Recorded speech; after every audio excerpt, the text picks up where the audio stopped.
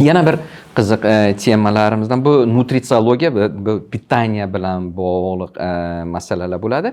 Pitaniyani ichiga bilasiz, даже o'sha ichiladigan suvingiz, choyingiz yoki har xil soqlaringiz bo'layim nimani ichiga kiradi.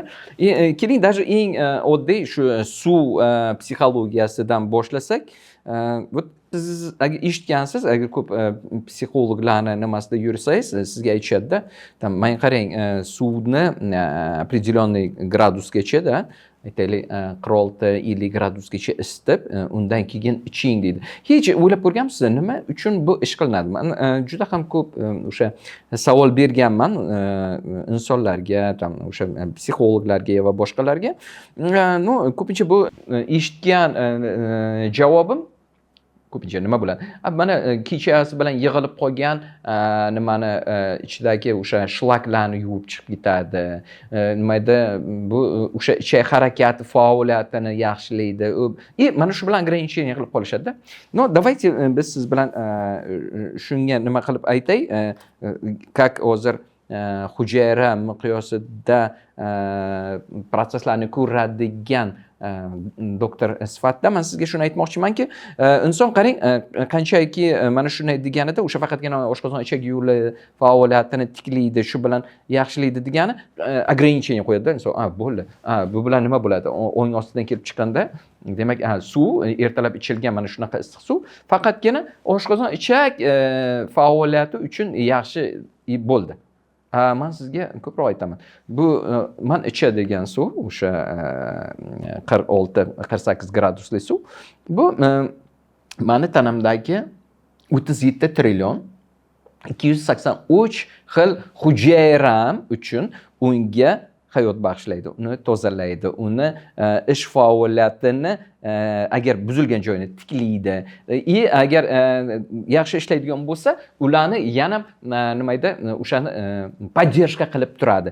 Mana shunaqa fikr, mana shunaqa nima bilan ichiladi. Tak, bo'ladi ограничение, faqatgina ichak, oshqozon ichak faoliyatini yo'lga qo'yib beradi degan. Qarang, mana bunaqa ограничение mana bu suv, demak, miya hujayralarimga ham ta'sir qilib, meni genialностьim, miya hujayralarim ish faoliyatini yanada yaxshi ishlashi uchun, miyani funksiyasini yaxshilashi uchun, quloqlarim yaxshi eshitishi uchun, ko'zlarim yaxshi ko'rishi uchun, nimaydi, qon tomirlarim yaxshi harakatda bo'lishi uchun, yuragim baquvvat bo'lishi uchun, nimaydi, pochkam, pechenim yaxshi ishlashi uchun, желчный puzerim, suyaklarim baquvvat bo'lishi uchun, mushaklarim zo'r bo'lishi uchun, sustavlarim yaxshi. Qarang, qachonki siz agar o'sha изначально psixologiyada har bir hujayrangizni поддержкасы bilan ichadigan bo'lsangiz, unda suv mana shu informatsiyani qabul qiladi. Siz bu to'g'risida juda ham ko'p eshitgansiz. Agarda kimgadir suv to'g'risida qanaqadir informatsiyalarni yanada chuqurlashtirishni istasa, Masaru Emoto degan Yaponiya uchoni bor.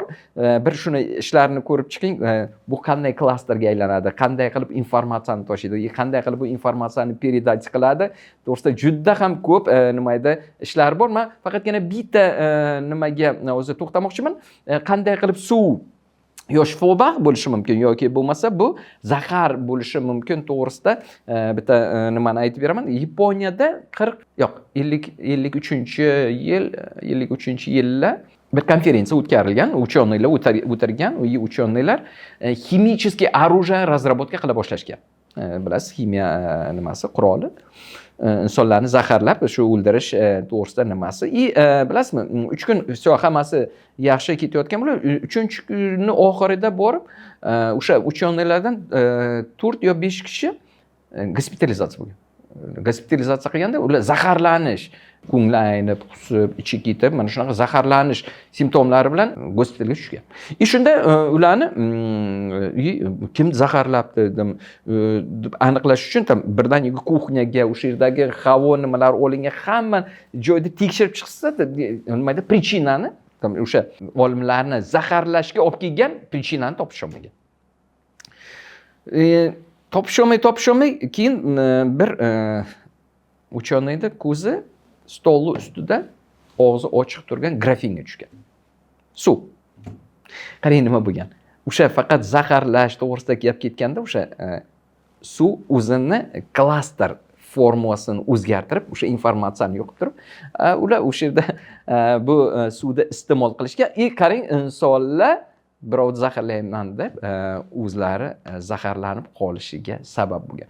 Shuning uchun bizga aytishadi-yu, o'sha suvni ichishingdan oldin shunga o'sha определенный energiyani ber.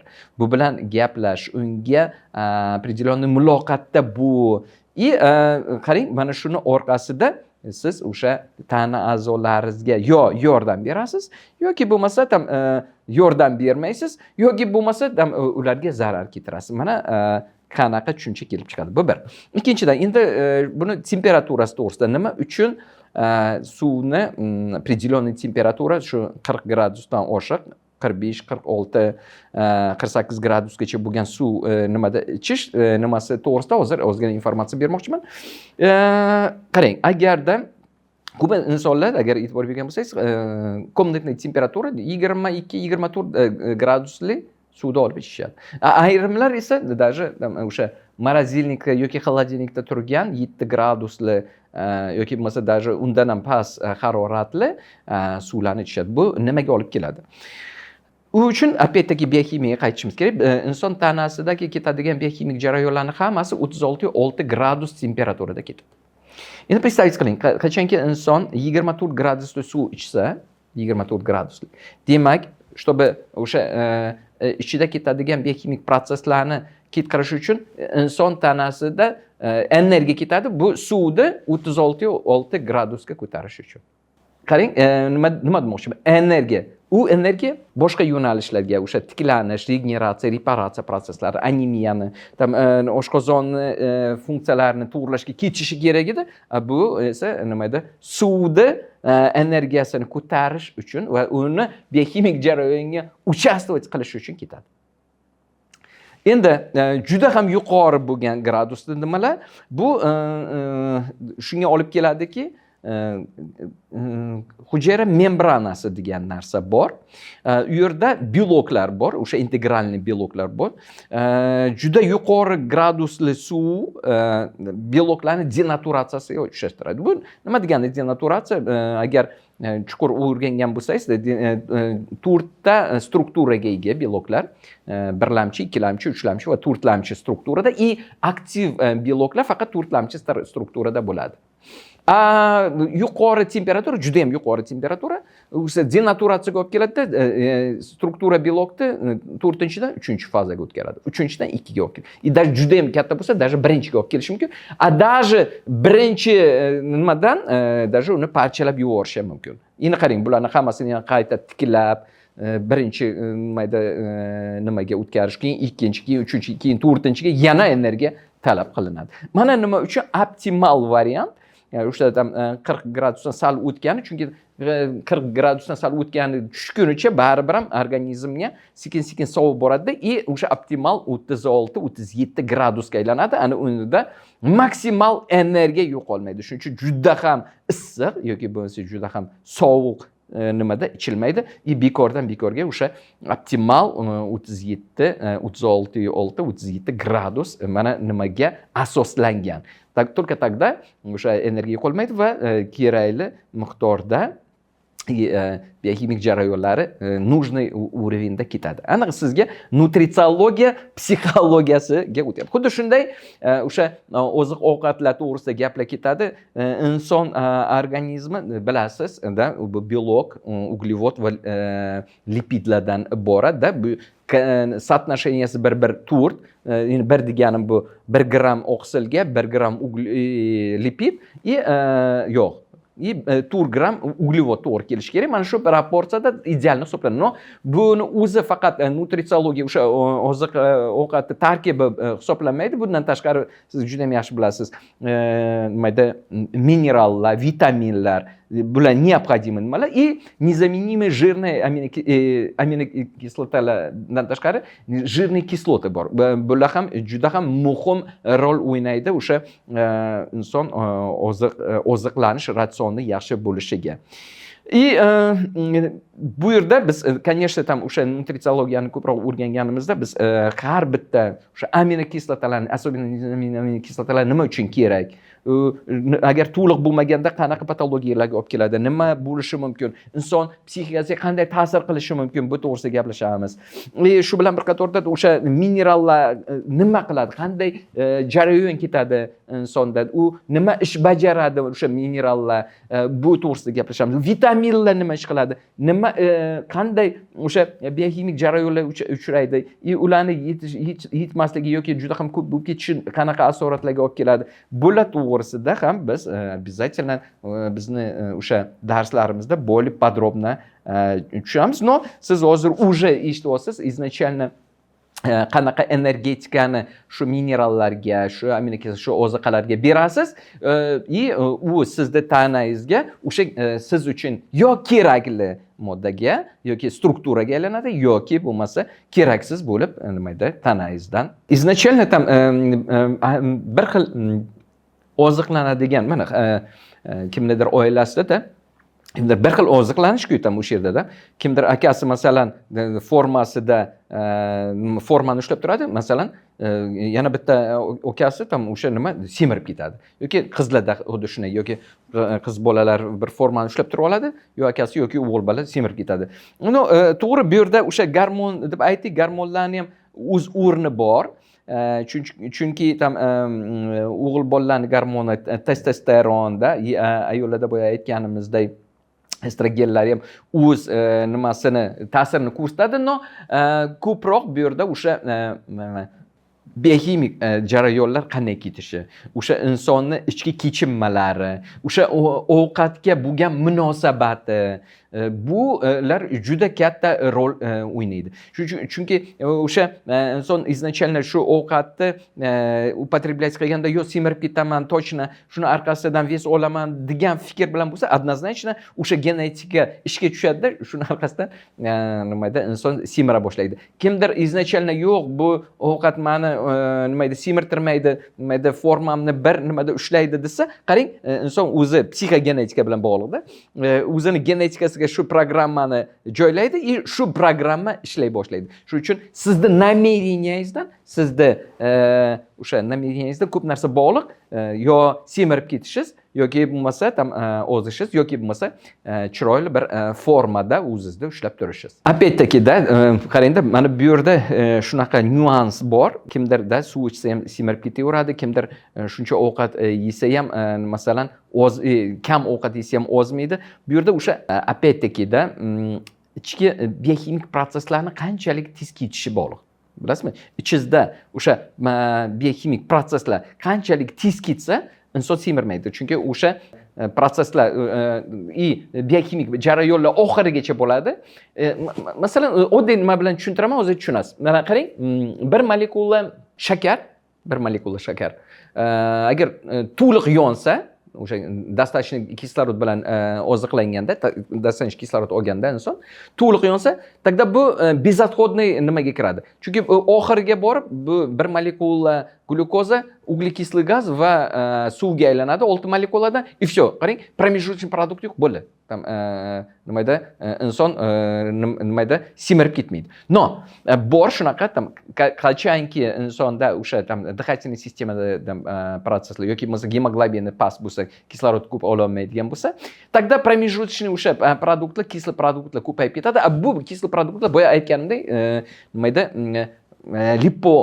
protsess lipotrofiya nimayda yog' sintezini ko'payishiga olib keladi. Chunki bu промежуточный produktlar ko'proq o'sha yog' molekulalariga aylanadi. Ana nimani orqasida inson nimayda semirishi kuzatiladi.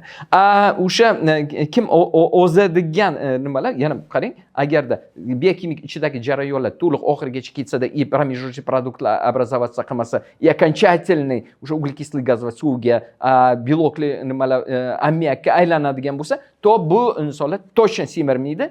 Chunki o'shada yeb ichgan produktlari oxirigacha nima ketadi va jarayon mana shunaqa промежуточный bo'lgan nimayda har xil unsurlar har xil mana bir substratlardan ko'payib qolmaydi. Bu o'sha pH sredasini buzmaydi. pH sreda qanday rol o'ynaydi? Albattaki bu to'g'risida biz yana hali chuqur gaplashamiz. Bu отдельная tema. Qarang, bu psixologiyasi o'sha stressda nima uchun ko'p ovqat yeydi? Buni sababi bitta, особенно biz nimani kuzatishimiz mumkin? Ayollarda nima deydi, semirib ketish prosesslarini. Erkaklarda ham kuzatiladi, erkaklarda namnog kam, но все равно. Inson qachonki tashqaridan o'sha lazzatlanadigan ощущенияларni, his tuyg'ularni olmasa, buni nima edi, bu lazzatlanishni o'sha ovqatdan oladi. Shuning uchun nima deb qo'yadi, ko'proq shirin narsalar yeydi. Mana shu shirin narsalarning orqasida inson o'zi anglamagan ravishda semirib boradi. Agarda bu insonlar o'sha tashqaridan ham o'sha lazzatlantiradigan his tuyg'u, sezgi, fikrlari bilan nima edi, o'sha bilan to'yinganda, to inson bu darajada semirib ketmagan bo'ladi. Shuning uchun ko'p semizlikni psixologik tarafdan nimasi kelib chiqishining sababi o'sha inson tashqaridan unga yetarli bo'lgan vнимание, zabota deydi-da, teplo, unga bo'lgan chiroyli munosabatni olmagani sababli ko'pincha o'sha ovqatga ko'p urg'u beradi va ovqatdan lazzatlanib turib o'zini semirib ketishiga sabab bo'ladi. Qarang, bizda yaxshi nimalar bor. Intervalniy голоданияni eshitgansizda, bu intervalniy голодание qanchadir vaqt ovqat oziqlanib turasizda, keyin aytaylik, kimdir 10 kun, kimdir 21 kun, kimdir 1 oy, kimdir 40 kun nima qiladi. Давайте shuni fiziologiya tarafdan ko'rib chiqaylik. Men sizga sразу aytaman, 10 kun вообще hech nima yemay faqatgina suv bilan oziqlanish bu самый optimalniy variantga kiradi. Nima uchun? Chunki shu 10 kunning ichida plazmada aylanib yurgan лишний количество belok, jir, uglevodlar o'shalar расщепляться qiladida и tanadan chiqib ketadi. Всё. Aniq nima qilingan, 10-kundan keyingi bo'lgan inson agar ochlikda davom ettiraversa, mana bu yerda уже birinchi очередda pechenni, demak, jigarni yog' to'qimalari eriy boshlaydi. Bu bilan jigar kichrayishi mumkin va jigarga zarar yetishi mumkin. Mana nima uchun o'sha intervalniy голодание deganda o'sha 10 kunlik qilish kerakda, keyin endi birdaniga nima o'tmaslik kerak. Keyin определенный bir 10 kun, 15 kun yana yaxshi oziqlanib turib, o'sha plazmada лишний вес o'vermaydi, nimaga ko'paytirib turib, keyin yana 10 kunlik голоданияni davom ettirishi mumkin. Тогда inson tanasiga bu yomon ta'sir ko'rsatmaydi. Ro'za juda ham yaxshi, chunki ro'zada agar e'tibor bergan bo'lsangiz, maksimum inson 16 soat suvsiz nimasiz yuradi. Endi bitta nima, salgina shu issiq klimatda mana shu suvsizlik faqatgina ozgina nima yomon ta'sir ko'rsatishi mumkin. Atak ro'za vaqtida inson o'sha nima edi, biokimik proses orqasida расщепляться qilmay qolgan nimalari tanadan chiqib ketadi. Bu juda полезно hisoblanadi. Faqatgina shu bitta shu suv голоданиясini hisobga olmasak. Bilasizmi, bizda shunaqa savol bo'ladi, rejim питания degan narsa borda, nechida yeyish kerak, nechida yesa to'g'ri bo'ladi. Men bilasizmi, ko'pincha mana shu narsaga yoki раздельный питание degan narsalar bor. Hozir shunaqa nima yoki qon gruppalari bo'yicha oziqlanish degan fikrlar borda. Men shu savollarga hozir javob bermoqchiman. Qarangda, eng yaxshi nima sizga maslahatgo'y, bu sizning tanangiz. Agar tanangiz farqi nima? Nechida bo'lishidan qat'iy nazar och holdami, значит, bekorga signal bermayapti. O'sha vaqtga tam ovqatlanish men hisoblayman eng to'g'ri ovqatlanish deb. Bundan kelib chiqib nima demoqchiman? Qarangda, zooparkda burni ushlab olishibdi-da. Olib kelib odamlarga ko'rgazma sifatida ko'rsatishgan. U bilasiz, zoopark bo'lgani uchun unga раздельный o'sha tozalangan nima edi, go'sht berishavergan. Tozalangan go'shtni berishib turib, bir vaqt shunday bo'lib qolganki, 3 oymi 4 oy o'tgandan keyin o'sha tozalangan go'sht tugab qolgan. Yo'q. Go'shtni kelishi faqat 3 kundan keyin bo'ladi. Lekin bo'ri och. Nima qilish kerak? Quyon bolalagan, o'sha quyonni olib turib tiriklayin shunday nimayda bo'riga berishgan mana qorni to'ydirish uchun deb. Bo'ri, конечно, все-таки dikий. Quyonni ko'rib turib chavalab tashlab yeb qo'ygan u. Lekin ertalab turib qarashsa, mana bo'ri joni uzilyapti. Shishib ketgan. So'rashdim, nimaga bunday bo'ldi? Men shunaqa narsalarni eshitaman. Даже kimdir aytadi, sut yomon, sutni ichmang deydi. Mana shu sutni yomon ichmang degan odamlarga shunaqa savol bilan murojaat qilgan bo'lardim. O'zlari tug'ilganda sut ichmay katta bo'lganmi bu odamlar? Просто дело nimaga endi to'g'ri qanchadir vaqt o'tgandan keyin sut inson tanasiga yomon ta'sir qilishining sababi o'sha laktoza degan ferment ishlab chiqarilmay qo'yadi и молочный saharda расщеплять qila olmaydi. Ana nima uchun qanchadir vaqt o'tgandan keyin o'sha insonga bu diskomfort vызывать qiladi. Ana sababi o'sha nima demak, молочный saharda расщеплять qiladi degan ferment yo'qlaydi. Bu yerda esa bo'ri bilan bo'lgan nimaga qaytadigan bo'lsak, bo'ri bunday olib qarasangiz yovvoyi holda yashagan, o'sha o'rmonda o'sha go'shtni o'sha quyon bo'ladimi, tipratikan bo'ladimi, boshqa bo'ladimi, o'sha tuyoqlari, boshqa nimalar bilan o'sha ustidagi terisi bilan birga hazm qiladigan holatda o'sha fermentlarni ishlab chiqarib o'tadi. Bu yerda kelgandan keyin endi faqatgina terisi yo'q, tozalangan go'sht berilgandan keyin bu bo'rida o'sha oshqozon ichak sistemasida o'sha jullani, terini hazm qiladi degan fermentlar ishlab chiqarishga ehtiyoj qolmagan. Ana nima uchun birdaniga bunday tselniy nimani yeb qo'ygandan keyin unda buni hazm qila olmay, nimayda qorni damlab bo'ri joni uzilgan. Gap mana shunda. Shuning uchun nima demoqchiman? Eng yaxshi nima, конечно, bu insonni o'zini tanasini eshitib turib, o'sha tanasiga quloq tutib, quloq solib turib, o'zini ehtiyojini o'sha ochiq qolmasligini. To'g'ri rejim degan narsa bor. O'sha palaparchlik to'g'ri kelmaydi. Endi, конечно, soat kechqurun 12 da oziqlanishingiz, men o'ylayman, bu to'g'ri nimaga kirmaydi. O'shanda ham to'g'ri deb nimaga kirmaydi deya olmayman. Agarda inson kechki smenada ishlaydigan bo'lsa, bu правильно, bu to'g'ri nimaga kiradi. Chunki u o'sha 12 da даже oziqlangandan keyin nimada bu harakatda, ishda, shuning uchun harakatda bo'lib turib, o'sha oziqani bemalol hazm qildirib yuboradi. Eng yomoni o'sha oziqlangandan keyin yotib qolish yoki adinamiya holati. Shu mana ovqatlarningiz, yotdingiz, birdan uxladingiz. Bu nimaga olib keladi? Birinchidan harakat bo'lmaganligi uchun boyagi protsessda spazmировать qilib, расслабить qilish funksiyalari susayib ketadi. Shuning uchun oziq-ovqat o'sha oshqozon ichak sistemasida uzoq qolib ketadi. Bu nimaga olib keladi? Конечно же, лишний gaz boyagi ikota nimasiga olib keladi nis qila boshlaydi hazm bo'lishi juda sekinlashib ketadi. Mana buni orqasidan shuncha og'irlik sezadi inson. Shuni orqasidan o'sha biz aytamiz, adinamiya bo'lganda insonga bu уже yomon ta'sir qiladi. Shuning uchun o'sha rejim deganda, agarda siz soat 1 da kunduzi turib oziqlansangiz ham, lekin shundan keyin aktivniy harakat qilib o'sha energiyangizni shuni chiqarib yuborsangiz, bu juda to'g'ri. Lekin nimada uxlashdan 3 soat oldin ovqat yeyish ruxsat, undan keyin masalan уже 2 soat, 1 soat qoladi degan, lutchi bu ishni qilmaslik o'ziga zarar yetkazmaslik, bu самый to'g'ri fikr bo'ladi. Sport nima bu degan? Sport bu aktivniy hayot degan, aktivniy движение degan. Bu изначально жизнь это движение deydi. Hayot bu harakat deydi. Shuning uchun qancha harakat qilsangiz, o'shanda eng yaxshi qon yurishadi-da, yurak aktivni ishlaydi, mushaklar baquvvat bo'ladi, mikrotsirkulyatsiya yaxshi bo'ladi.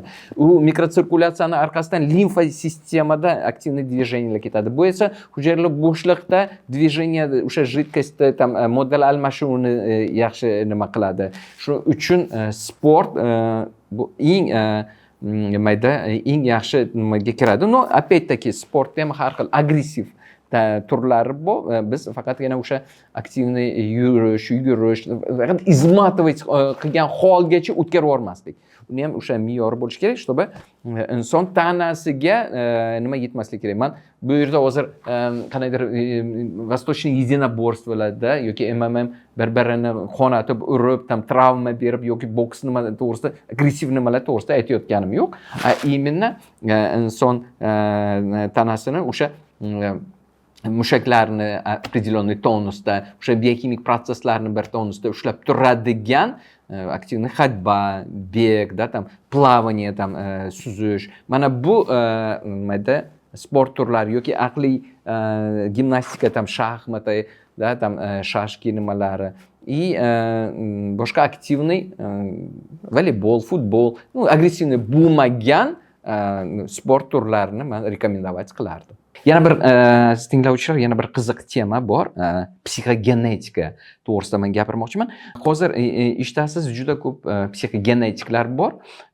Men hech kimga qarshiligim yo'q. Давайте keling shu psixogenetika to'g'risida bir chuqurroq bir hozir muloqot o'tkazaylik-da. Uni nima bilan boshqa psixogenetikadan farqi to'g'risida ham hozir shu yerda bir nimaga informatsiya olib olasiz.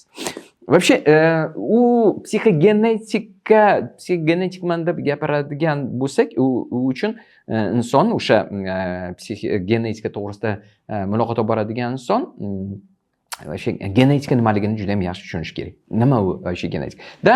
Ko'p eshitgansiz, irsiya, nimada pokoleniyadan pokoleniyaga o'tadigan qanaqadir belgilar deb общий nimada qilmaslik kerak. Men sizga hozir ozgina shu tushunchani bermoqchiman. Вообще bizdagi psixogenetika boshqa psixogenetikalardan nima farqi borligini sizga ozgina bir ko'rsatib o'tmoqchiman. Bu uchun biz juda ham genetika sifatida hozir men sizga aytyapman. Men sizga nimaga primerni ko'rsatib beraman-da. U uchun biz bilishimiz kerak, DNK bor, DNK genlardan iborat. U uchun biz yana bilishimiz kerak, genlar вообще nimadan tashkil topgan? Genlar nukleotid degan narsa bor. Nukleotid degan narsalar bor. Bu insonda 4 ta nukleotid bor. Bu guanin, sitozin, adenin, timin deydi. Bularni последовательности o'sha genniy tseppochka yoki DNK tseppochkasini hosil qiladi.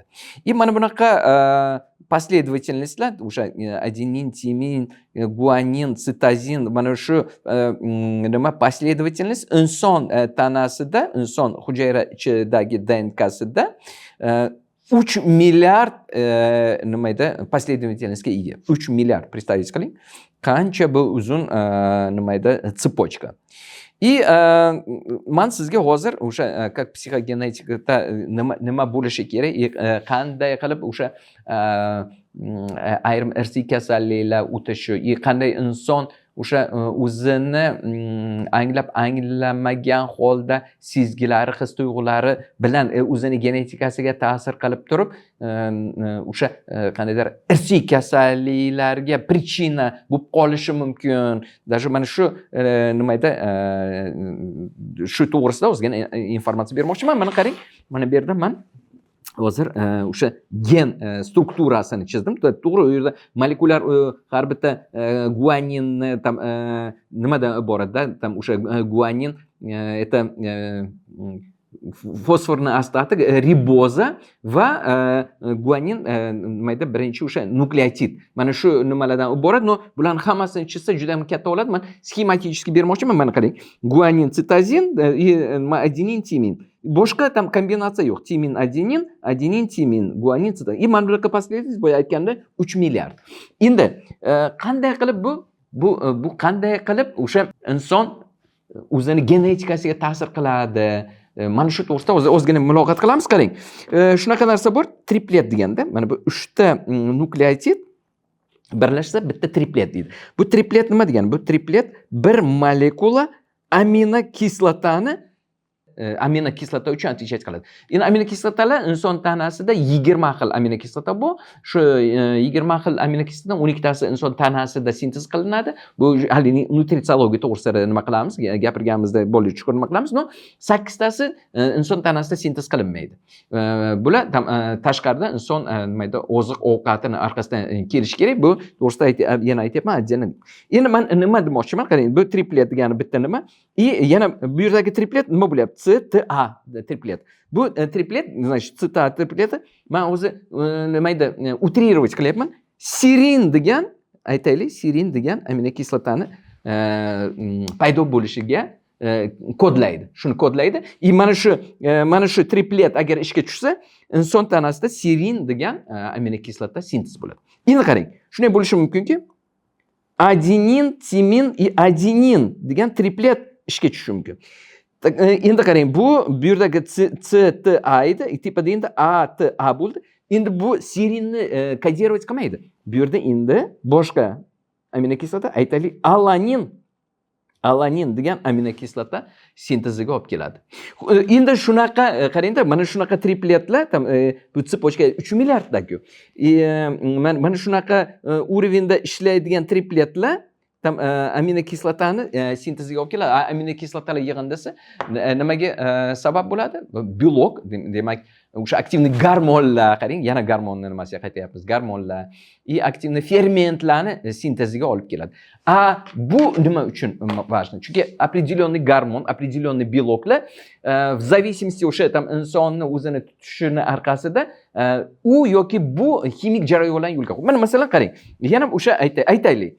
Agar mana shu yerda faqat alanin inson o'zi anglamagan ravishda определенный sezgida yoki определенный his tuyg'uda yurganda, agar alanin birinchi aminokislotani yo'lga qo'ysa, buni orqasidan o'sha tsepочка paydo bo'ladi, ferment, ko'p aminokislotalar yig'iladi, belok yoki ferment yoki gormonga aylanadi. Gormon, masalan, kortizolga aylanadi. Demak, kortizolni paydo bo'lishiga birinchi alanin tripleti ishga tushishi kerak. Alanin tripleti ishga tushdimi, demak, inson tanasida kortizol. Kortizolni bilasiz, qanaqa побочный действиялар inson tanasida o'z miqdorda, kerakli miqdorda yaxshi ta'sir qiladi. No, qachonki уже juda ko'payib ketsa, stress holatiga olib keladi. O'sha sosudlarning sujeniyasi olib keladi, yurak urishini tezlashtirishiga olib keladi, qon yurishini, mikrotsirkulyatsiyani buzilishiga olib keladi, inson nervozность holatiga keladi. Qarangda, agar kortizol to'g'risida o'zi ochib ko'rsangiz, qancha bir informatsiyani olishingiz mumkin bo'ladi. Endi men yana nima demoqchiman? Endi qarang, yo'q, inson asparagin kislotasini ishlab chiqaradigan tripletni yaxshi kayfiyatda turganda ko'proq mana buni ishga tushirdi. Bilasizmi, buni asparagin kislotasi ishlab chiqaradigan triplet shu gormonni ishga tushiradi, endorfinlarni. Endorfinlarning orqasida bu o'sha endorfin yoki shu nimaydi beloklarni, o'sha fermentlarni, o'sha gormonlarni ishga tushiradi. Buni orqasida inson kayf qilib, xursandchilik holatda yurishini nima qiladi. Qarang, inson qanday xursandchilik holati bilan yurganida, demak, o'zi anglamagan holda o'sha asparagin kislotasini sinteziga sababchi bo'lar ekan. Shu bilan inson tanasida asparagin kislotasi kerakli endorfinlarni ishlab chiqarib turib, insonda o'sha nima xursandchilik, nima edi, kayf xushligiga olib keladi degan. Bu bilan nima demoqchiman? Bu bilan nima demoqchiman? O'sha demak, psixogenetika nimasida inson, biz aytamizku, sizda fikri, sizda his tuyg'usi, sizda sezgiz nima edi, genetikangizga ta'sir qiladi. Buni orqasidan sizda ichingizda u yoki bu xildagi kimik formulalar yoki kimik moddalar ko'payib ketadi. Qarang, demak, agarda kortizol ko'payib ketaversa, inson faqat shu nimada o'zi anglamagan holda shu tripletni aktivlashtiraversa, serinni aytaylik-da. Kortizol ko'payib ketadi, kortizol ketish orqasidan demak inson ertaga kasallikka aylanishi mumkin. Yoki bo'lmasa shunaqa o'sha genetikani yo'lga qo'yadi, inson tanasi nima edi, aytaylik, pochkasida yoki bo'lmasa o't qatlasa nima edi, tosh formirovatsiya qiladi. Yoki bo'lmasa nima edi, yana bir tripletlar o'zi anglamagan ravishda yurak stenokardiyasi yoki ertaga infarktga olib kelishi mumkin. Qarangda. Yoki bo'lmasa merkantilniy aritmiyalarga sabab bo'lishi mumkin. Yoki o'sha yana aytganimdek ayrim nima uchun o'sha inson tanasiga o'sha fikr nimasi doirasi o'zi anglamagan ravishda inson tanasida melanin ishlab chiqarish prosesini to'xtatib qo'yadigan biologlar gormonlarni ko'paytirib turib yuborib turib inson tanasida melaninni tushib ketishi, bu melanin tushib ketishi orqasida nima edi?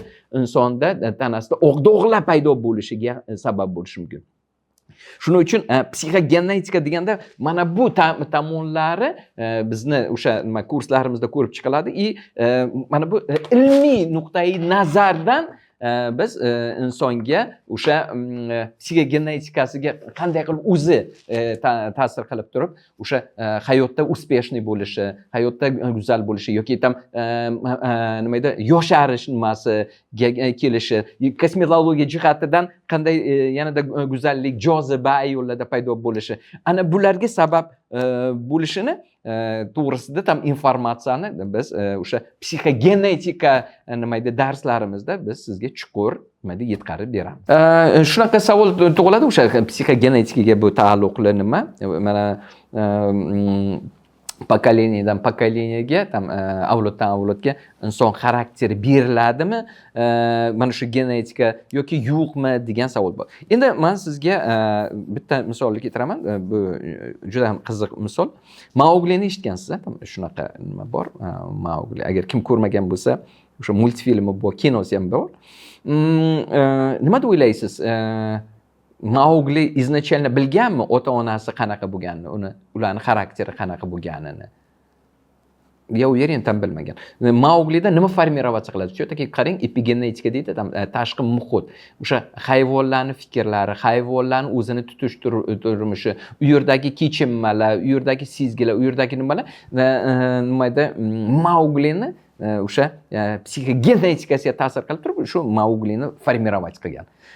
Agarda izначально Mauglini o'sha ilon agar tarbiyalaganda, shunga o'xshagan nima edi, ichki kechinmalari bilan shunga o'xshagan nima edi, ichki o'sha psixikasi shunga loyiq bo'ladi. No, biz bilamiz, u yerda buni Balu degan o'sha nima edi, medved nima deydi, ayiq tarbiyalaydi, ayiq более такой xarakteri yumshoq, более добрый bo'lgani uchun mana shu kechmalar insonparvar emas, hayvonparvar va yaxshi fikrlaydigan, pozitiv fikrlaydigan bo'lgani uchun, boshqa hayvonlarga zarar yetkazmaydigan bo'lgani uchun Mauglida ham xuddi shunaqa nima edi, psixogenetika, shunaqa psixologiya unda formirovatsiya qiladi. Shuning uchun men aytmoqchiman, men отрицать qilmoqchi emasman, что там genetikasida mana shu qoladi. No, bu bilan bilasizmi, men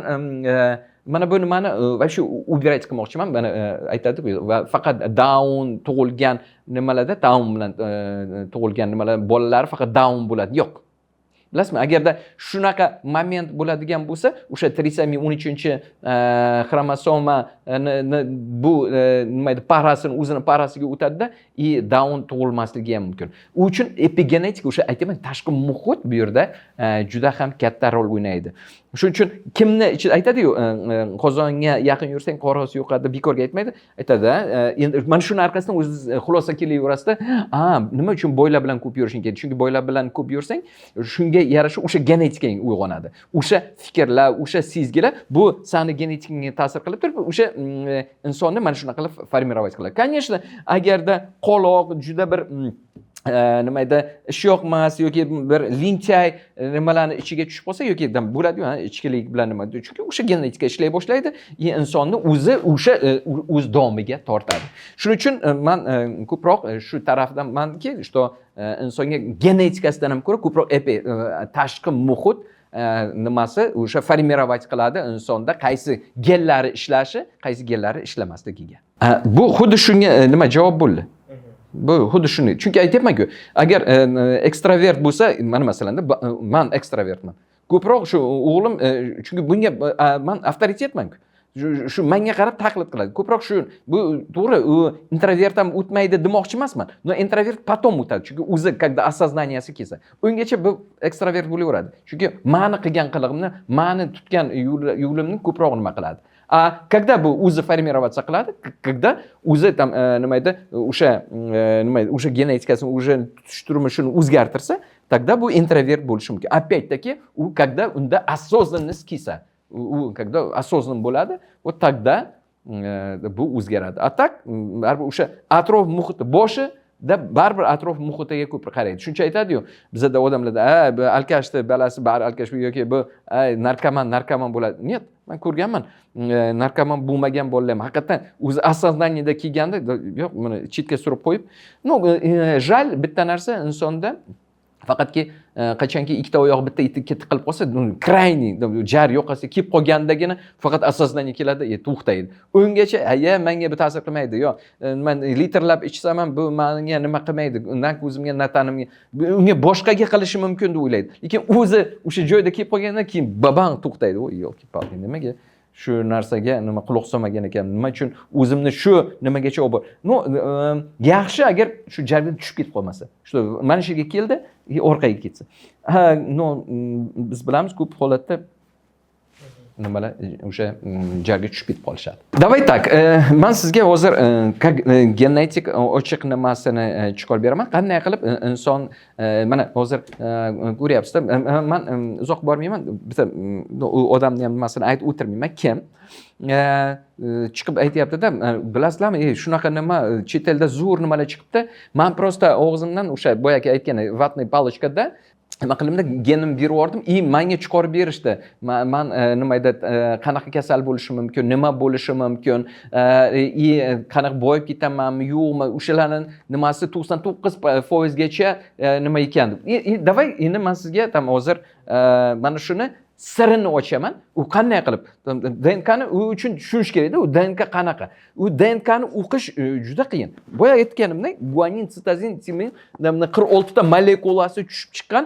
Uni qanday qilib siz определять qilasiz? Buni ichidan bu boy bo'ladimi, kambag'al bo'ladimi, yo nima deydi, 30 yoshga o'ladimi yoki ham insult bo'ladimi? Buni aniqlash qiyin. No, bitta programma qo'yilgan. Butun dunyoda insonlarni qonini yig'ish. Bilasizmi, tam Amerikada shu uchun даже shunaqa nimalar bor, qonni yig'adi. Men Qozog'istonda ishlaganimda ko'p nimalarni qonlari berorlardi. O'zbekistonniki ham shunday qilinadi, asosan Afrika davlatlari. Nima uchun bu qilinadi? O'sha qilinganda karta DNK chiqadi. Mana masalan bitta klietkani oladi, karta DNKsi chiqadi. Изначально biladi bu o'sha nimada. Shu bu odamda aytaylik talassemiya bu, kasallik, talassemiya. Keyingi nimada masalan sahrli diabet bor.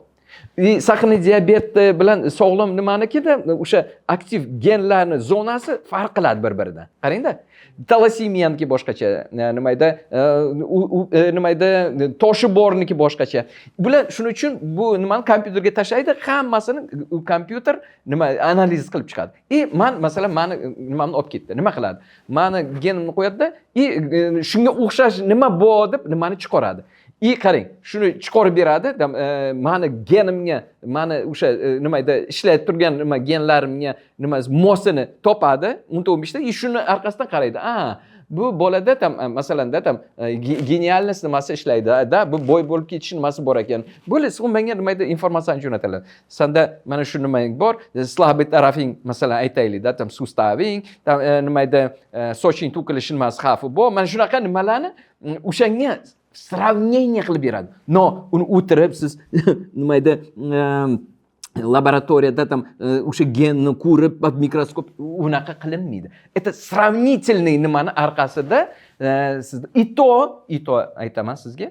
Bu только работает на 99%. Chunki 1% da ishlamaydi ham. Chunki agar siz shu vaqt davomida опять-таки-da dunyo qarashingiz, fikrlashingiz, boshqasi o'zgarib ketib qolishi mumkin. Shuning uchun mana bu taraflari shuning uchun ular ham aytadi. 98 nima edi, %ga biz sizga nimasini berib olamiz degan nimani keltiradi.